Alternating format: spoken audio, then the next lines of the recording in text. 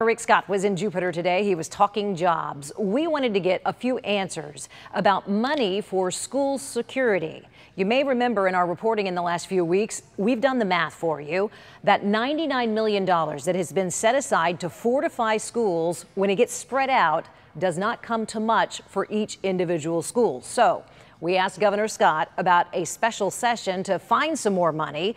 Some Florida lawmakers do want this, and most school board members do as well. And now's Alex Hagan here in studio to tell us what the governor said today. Alex? Well, Shannon, most school districts say the state did not provide enough money to pay to harden all schools today. Governor Scott told us the schools have plenty of money, $2 billion in reserves. At Pratt & Whitney, Governor Rick Scott touting job growth, but also saying absolutely not to a special session for more school funding. I mean, we're providing significant funding.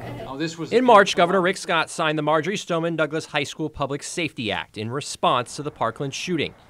But school districts argue there's not nearly enough funding to pay for every mandate, such as officers at every school.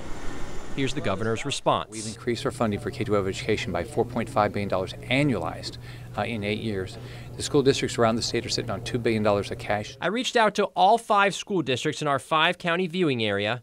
Palm Beach County's chief financial officer provided this angry statement saying, only in Florida would the governor denounce local school boards for prudent financial management.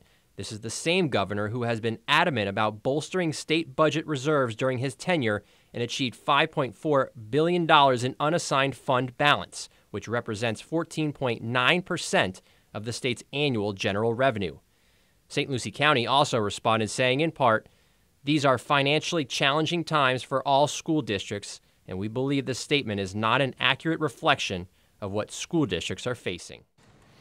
And Governor Scott also said whatever is left over that $67 million used for training school personnel, he says he's going to try and give that to districts for law enforcement officers.